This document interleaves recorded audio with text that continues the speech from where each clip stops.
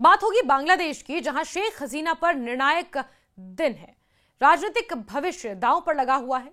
बांग्लादेश की राजनीति इन दिनों अपने सबसे उथल पुथल भरे दौर से गुजर रही है।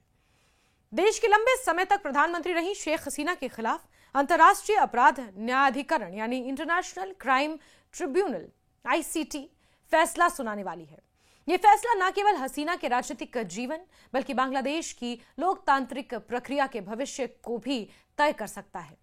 पिछले 1 साल से शेख हसीना भारत में निर्वासन में रही हैं और उनके बेटे सजीब वाजेद का कहना है कि उन्हें अपनी मां के लिए मौत की सजा सुनाए जाने की आशंका है। फैसले से पहले पूरे बांग्लादेश में तनाव का माहौल है। विभिन्न जिलों में झड़पें, आगजनी और धमाकों की घटनाएं हो चुकी हैं। सरकार ने सुरक्षा सख्त कर दी है, लेकिन आम जनता में भय और अनिश्चितता बनी हुई है। शेख हसीना के बेटे सजीब वाजेद, जो अमेरिका में रह रहे हैं, ने रॉयटर्स को दिए एक इंटरव्यू में कहा कि उन्हें फैसले के परिणाम का पहले से अंदेशा है। वाजेद ने कहा कि हमें ठीक ठीक पता है कि फैसला क्या होने वाला है। वो मेरी मां को दोषी ठहराएंगे और शायद मौत की सजा भी देंगे, लेकिन मेरी मां के साथ वो कुछ नहीं कर सकते, ऐसा उनका कहना है। उन्होंने कहा कि भारत में वो सुरक्षित हैं। उन्होंने ये भी कहा कि अगर उनकी मां की पार्टी आवामी लीग पर जारी प्रतिबंध खत्म नहीं किया गया तो आने वाले चुनावों का आयोजन असंभव हो जाएगा। वाजेद ने स्पष्ट चेतावनी दी कि यदि स्वतंत्र और निष्पक्ष चुनाव नहीं हुए तो देश हिंसा की गिरफ्त में आ जाएगा। वाजेद की ये टिप्पणी उस समय आई है जब बांग्लादेश की अंतरिम सरकार ने मई 2025 में नोबेल पुरस्कार विजेता मोहम्मद यूनुस के नेतृत्व में आवामी लीग को प्रतिबंधित कर दिया था। सरकार का तर्क था कि ये पार्टी राष्ट्रीय सुरक्षा के लिए खतरा बन चुकी है और इसके कई वरिष्ठ नेता युद्ध अपराधों के आरोपों में जांच के दायरे में हैं। शेख हसीना पिछले वर्ष अगस्त 2024 में हुए तख्तापलट के बाद भारत में निर्वासन में है, ऐसा माना जा रहा है। उन्हें बांग्लादेश की राजनीति का सबसे प्रभावशाली चेहरा माना जाता रहा है, जिन्होंने 4 बार प्रधानमंत्री के रूप में देश का नेतृत्व किया। उनके शासनकाल के दौरान तीव्र आर्थिक वृद्धि, महिला सशक्तिकरण और बुनियादी ढांचे में भी सुधार हुए, लेकिन साथ ही बढ़ते सत्तावाद, राजनीतिक विरोधियों पर दमन और मानवाधिकार उल्लंघन के आरोप भी जड़े गए। संयुक्त राष्ट्र की रिपोर्ट के अनुसार अगस्त 2024 के प्रदर्शनों के दौरान बांग्लादेश में लगभग 1400 लोग मारे गए थे, जिनमें से ज्यादातर सुरक्षा बलों की गोलीबारी में मारे गए। इन्हीं घटनाओं को आधार बनाकर शेख हसीना पर मानवता के खिलाफ अपराध का मुकदमा चलाया गया। इंटरनेशनल क्राइम ट्रिब्यूनल में हसीना के खिलाफ 2 मुख्य श्रेणियों में आरोप लगाए गए हैं। पहला, उन्होंने प्रदर्शनकारियों पर खूनी दमन करवाया, जिसमें सैकड़ों की मौत हुई और कई नागरिकों को यातनाएं दी गईं। दूसरा, उन पर छात्रों के विरोध को खत्म करने के लिए सुरक्षा बलों को घातक हथियारों के इस्तेमाल का आदेश देने का आरोप है। इसके अतिरिक्त अभियोजन पक्ष का दावा है कि हसीना ने अपने भाषणों से हिंसा को बढ़ावा दिया और सुरक्षा एजेंसियों से कहा कि विरोध को किसी भी कीमत पर दबा दिया जाए। 6 निहत्थे प्रदर्शनकारियों की हत्या का भी उल्लेख आरोप पत्र में है, जिसका सीधा सीधा आरोप शेख हसीना पर है। हालांकि शेख हसीना ने इन सभी आरोपों से इनकार किया है। उनका कहना है कि ये मुकदमे राजनीतिक रूप से प्रेरित हैं और विपक्षी दलों द्वारा बदला लेने की मानसिकता से प्रेरित हैं। उनका तर्क है कि 2024 के दमन के दौरान कई हिंसक समूहों ने सरकारी संस्थानों और पुलिस पर हमला किया था, जिसके जवाब में बल प्रयोग हुआ। फैसले के ऐलान से पहले बांग्लादेश में व्यापक असंतोष देखा जा रहा है। राजधानी ढाका से लेकर चट्टोग्राम और राजशाही तक जगह जगह झड़पें और आगजनी की घटनाएं हो रही हैं। सत्तारूढ़ दल के समर्थकों, विपक्षी समूहों के बीच संघर्ष ने कानून व्यवस्था को चुनौती दी है। वहीं प्रशासन ने इंटरनेट सेवाओं, सोशल मीडिया पर निगरानी को बढ़ा दिया है। कई जिलों में धारा 144 लागू कर दी गई है। सड़कों पर अर्धसैनिक बलों की तैनाती की गई है। सरकार के प्रवक्ता ने सजीब वाजेद के चुनाव बाधित करने के बयान को खारिज कर दिया है।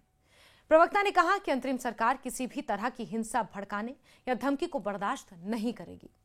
वहीं निर्वासित राजनीतिक हस्तियों द्वारा दी गई ऐसी चेतावनियां गैर जिम्मेदाराना हैं और देश के लिए खतरनाक साबित हो सकती हैं, ऐसा कहा गया है। आवामी लीग पर प्रतिबंध और चुनावी संकट बांग्लादेश की राजनीति का अब एक मुख्य चेहरा बन चुके हैं। बांग्लादेश की राजनीतिक स्थिति में मुख्य मोड़ तब आया है जब आवामी लीग, देश की सबसे पुरानी और प्रभावशाली पार्टी, पर प्रतिबंध लगा दिया गया। ये वही पार्टी है जिसने देश को 1971 में स्वतंत्रता दिलाने में महत्वपूर्ण भूमिका अदा की थी। प्रतिबंध के बाद से पार्टी का पंजीकरण रद्द कर दिया गया, संपत्तियां जब्त की गई और सैकड़ों नेताओं को गिरफ्तार किया गया। विश्लेषकों का कहना है कि अगर आवामी लीग चुनावों में भाग नहीं लेती तो चुनाव की वैधता पर सवाल उठ सकते हैं। अधिकांश ग्रामीण और मध्यम वर्गीय मतदाता हसीना की नीतियों से जुड़ाव महसूस करते हैं और उनके हटने से विपक्षी गठबंधन की साख बढ़ सकती है। वाजेद का दावा है कि यह पूरा घटनाक्रम राजनीतिक बदले की कार्रवाई है। उन्होंने कहा कि सरकार विपक्ष को खत्म करने के लिए अदालतों और कानूनी धाराओं का दुरुपयोग कर रही है। शेख हसीना के बेटे सजीव वाजेद, जो अमेरिका में रह रहे हैं, ने रॉयटर्स को दिए एक इंटरव्यू में कहा कि उन्हें फैसले के परिणाम का पहले से अंदेशा है। वाजेद ने कहा कि हमें ठीक ठीक पता है कि फैसला क्या होने वाला है। वो मेरी मां को दोषी ठहराएंगे और शायद मौत की सजा भी देंगे, लेकिन मेरी मां के साथ वो कुछ नहीं कर सकते, ऐसा उनका कहना है। उन्होंने कहा कि भारत में वो सुरक्षित हैं। उन्होंने ये भी कहा कि अगर उनकी मां की पार्टी आवामी लीग पर जारी प्रतिबंध खत्म नहीं किया गया तो आने वाले चुनावों का आयोजन असंभव हो जाएगा। वाजेद ने स्पष्ट चेतावनी दी कि यदि स्वतंत्र और निष्पक्ष चुनाव नहीं हुए तो देश हिंसा की गिरफ्त में आ जाएगा। वाजेद की यह टिप्पणी उस समय आई है जब बांग्लादेश की अंतरिम सरकार ने मई 2025 में नोबेल पुरस्कार विजेता मोहम्मद यूनुस के नेतृत्व में आवामी लीग को प्रतिबंधित कर दिया था। सरकार का तर्क था कि ये पार्टी राष्ट्रीय सुरक्षा के लिए खतरा बन चुकी है और इसके कई वरिष्ठ नेता युद्ध अपराधों के आरोपों में जांच के दायरे में हैं। भारत, जो लंबे समय से शेख हसीना की सरकार का समर्थन करता रहा है, इस समय असहज स्थिति में है।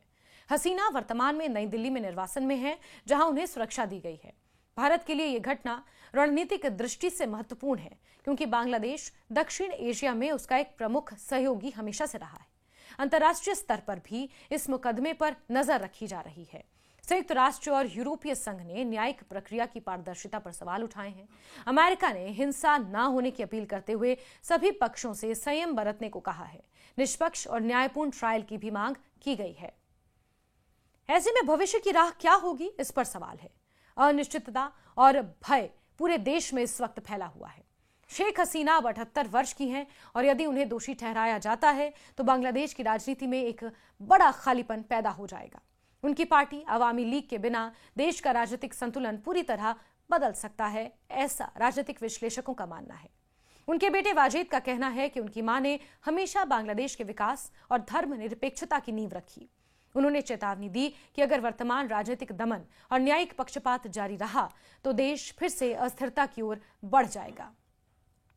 कई विश्लेषकों का मानना है कि यह फैसला सिर्फ एक व्यक्ति का नहीं बल्कि बांग्लादेश के लोकतंत्र की दिशा तय करेगा।